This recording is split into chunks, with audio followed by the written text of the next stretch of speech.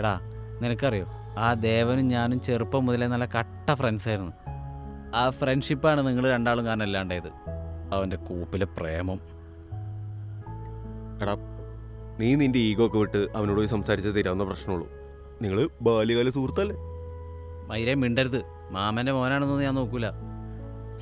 എല്ലാ ആഴ്ചയും കെട്ടും കിടക്കിയെടുത്ത് ഇങ്ങോട്ട് വരുന്നുണ്ടാ വിചാരിക്കും എൻ്റെ കൂടെ നിൽക്കാനുള്ള സ്നേഹം കൊണ്ടാണെന്ന്.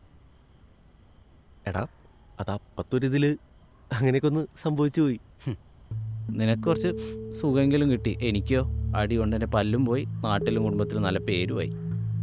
എടാ അത് നമ്മളെന്നാ പക്വതയില്ലാത്ത പ്രായത്തിൽ ഒരു എടുത്തിയാട്ടം.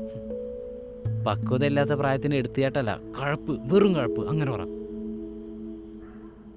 ദേ, നാളെ ലെവളുടെ കല്യാണം കൂടി സദ്യ നക്കി വൈകിട്ടത്തെ വണ്ടിക്ക് വിട്ടോളാം. ഇവിടെ കിടന്ന് നൊസ്റ്റാൾജിയ പെറുക്കരുത്. എടാ ഞാൻ ഒരു കാര്യം ചോദിക്കട്ടെ, സത്യത്തിൽ ദേവൻ വീട്ടിൽ കയറി തല്ലേൻ്റെ ആണോ അതോ ഞങ്ങളുടെ റിലേഷൻഷിപ്പ് പിടിച്ചതിൻ്റെ ഇതിൽ ദേവൻ നിൻ്റെയും ഗൗരിയുടെ കാര്യം പബ്ലിക്കാക്കിയതാണോ നിൻ്റെ പ്രശ്നം? ഞാൻ വേണമെങ്കിൽ ഗൗരിയുടെ അടുത്തൊന്ന് സംസാരിക്കാം. അവള് കെട്ടും കഴിഞ്ഞ് 2 കുട്ടികളായടാ. സോറി. നീ ഇവിടെ നിന്ന് ആക്കിക്കൊണ്ടിരിക്കേ, ഞാൻ പോണ്.